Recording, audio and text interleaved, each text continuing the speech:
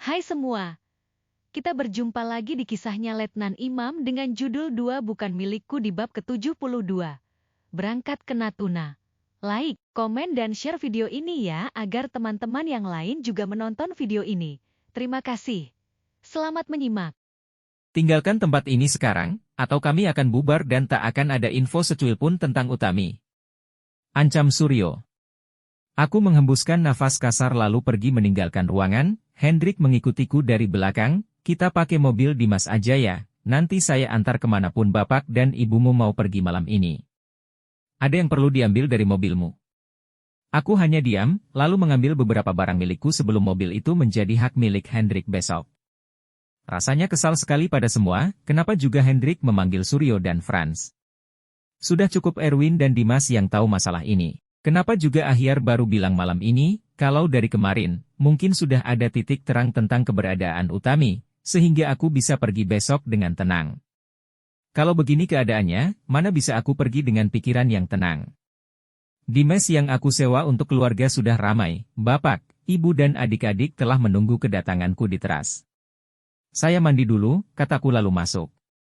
Hendrik mengantar kami jalan-jalan di Tunjungan sesuai permintaan Hana, anak dari Kartika. Selama di Tunjungan aku hanya diam, lelah dengan pikiran yang tak menentu. Ada baiknya juga Hendrik di sini. Bisa menjadi tour guide keluargaku meski bajunya masih basah karena ulah anak buahku. Hendrik mengantar kami pulang hingga larut malam. Besok pagi saya jemput lagi, pamitnya, aku hanya mengangguk tanpa mengeluarkan sepatah kata pun. Bagaimanapun juga Hendrik telah banyak membantuku malam ini.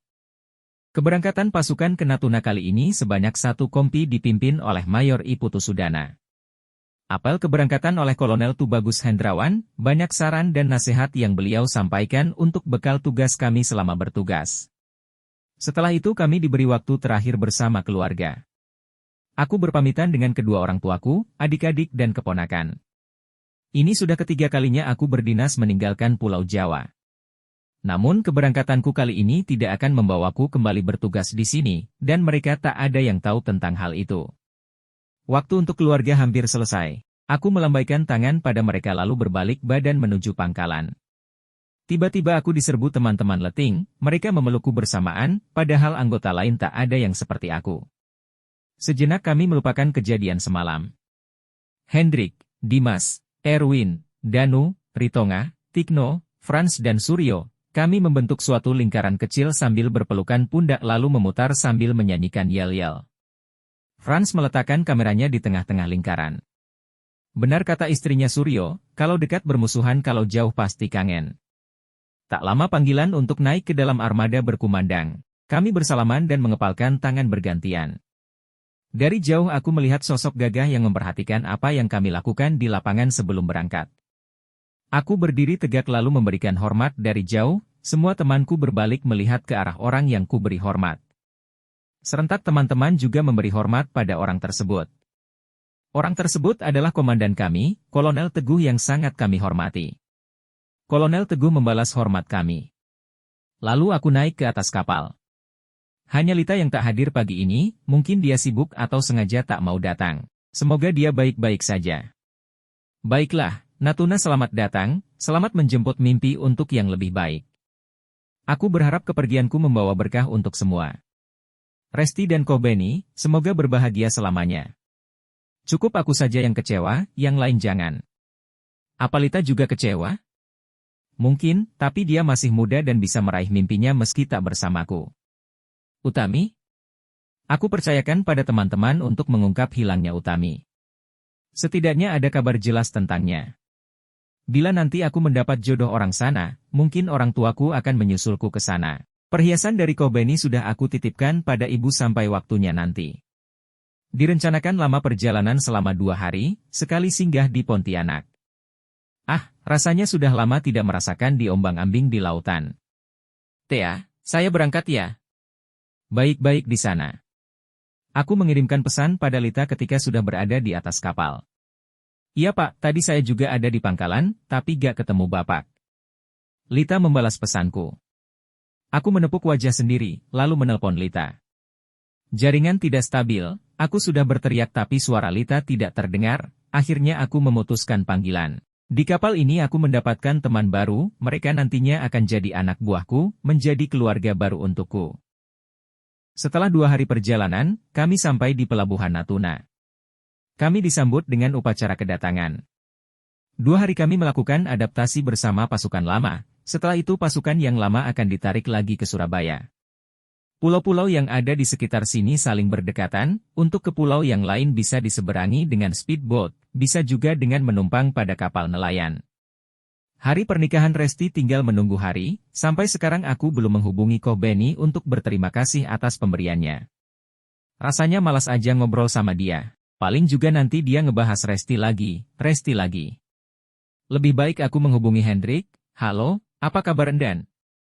Aku menyapanya. Kok aku jadi melayang dipanggil, Endan, ya? Kata Hendrik. Ditanya kabar kok malah kegaran dipanggil, Komandan. Kan sekarang memang sudah jadi komandan baru. Aku meledek Hendrik.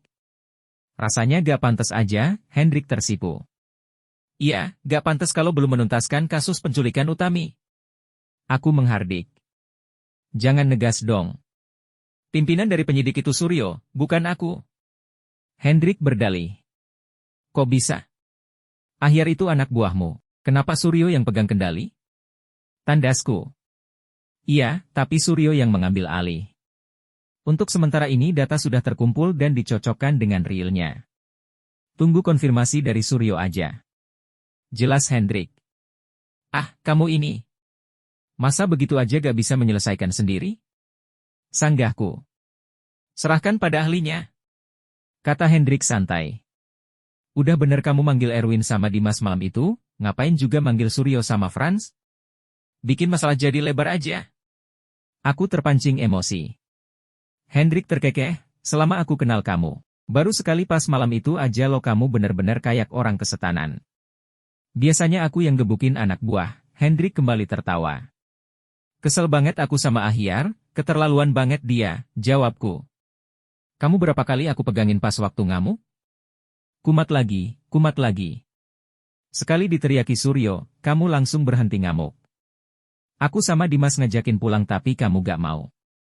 Suryo ngomong sekali, kamu langsung nurut pulang. Jadi kira-kira aku salah gak manggil Suryo buat menjinakkan kamu? Kata Hendrik sambil tertawa. Menjinakkan? Memangnya hewan liar, aku mencibir. Kalau menurut aku sih kayaknya sekarang posisi Utami masih mengkhawatirkan tapi tenang aja. Kami pasti cari info yang terbaik untuk kamu, kata Hendrik mengalihkan pembicaraan. Yang benar? Tanyaku ragu. Tunggu info lengkapnya dari Komandan Suryo aja. Udah ya, selamat istirahat. Hendrik memutuskan panggilan sepihak. Bersambung. Ikuti kisah Letnan Imam selanjutnya dengan judul Dia Bukan Milikku. Karya Sitanya Fahmi. Tersedia di aplikasi KBM App.